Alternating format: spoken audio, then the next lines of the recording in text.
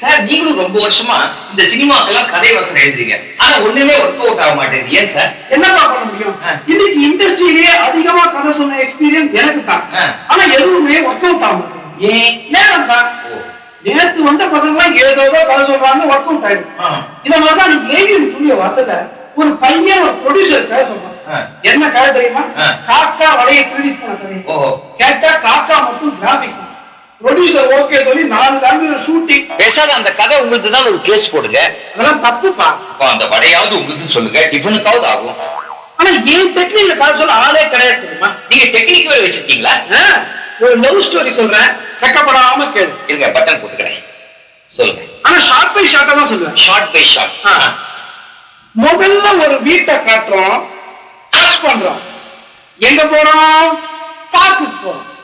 பார்க்க கட் பண்றோம். எங்க போறோம்? பீச்சுக்கு போறோம். பீச்சை கட் பண்றோம். எங்க போறோம்?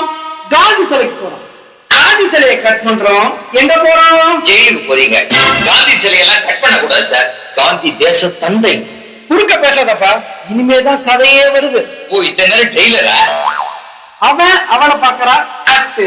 யாரு? காந்திஜி கஸ்தூரிபாயை பாக்குறாரா? வெரி ஓல்ட் லவ்யா, டைட்டானிக் ரேஞ்ச் வாங்க. ஹீரோ ஹீரோயினை பாக்குறா, கட்டு. அவன் ஜன்னல் கிட்ட வந்து நிக்கிறா, கட்டு. அவன் அவனை பார்த்திருக்கிறா, கட்டு. அவன் அவனை பார்த்திருக்கிறா, கட்டு. அவந்து கட்டு, அவளது கட்டு, பாட்டு கட்டு, பீச்சு கட்டு, டேம் கட்டு, கட்டு கட்டு கட்டு கட்டு. அப்ப 2 பேர் சேர்த்து கும்மி அடிக்கிறாங்களா?